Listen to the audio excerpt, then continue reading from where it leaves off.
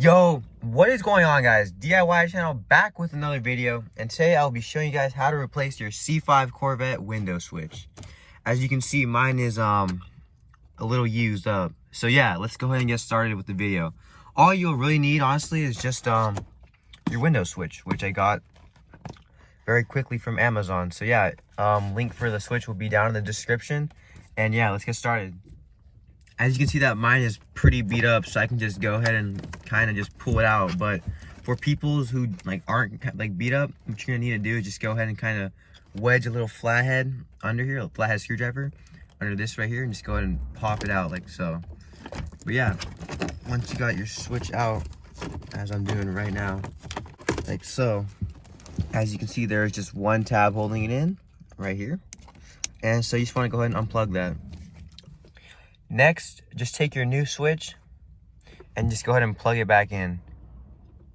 Once you've plugged it back in, as you can see, plugged in, just go ahead and kind of go up here, and then there's this little plastic little tab thing right here.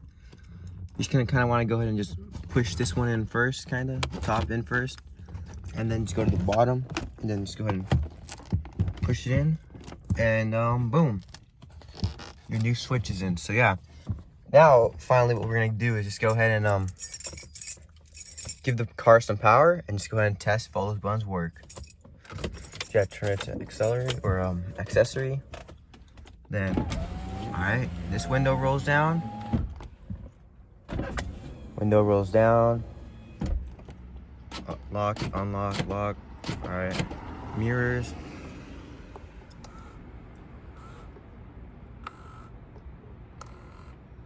Yep, they're working. Right side. Yep, they work. All right, let's roll up the windows.